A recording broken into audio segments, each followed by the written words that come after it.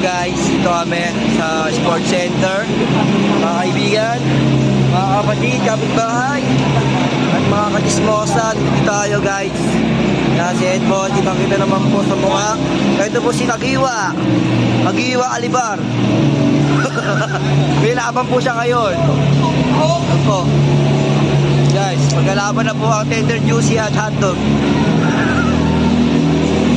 Magkalaban po ang Sumo Wrestling. Ayan po si Tanduay Ice at si San Miguel Beer. So tayo safe sa lahat. So maglalaro ito, semi-finals na basketball. So nakapusta ako sa kabila. Guys, so lawak dito sa Sports Center ng Marikina Complex. Marikina lang malakas.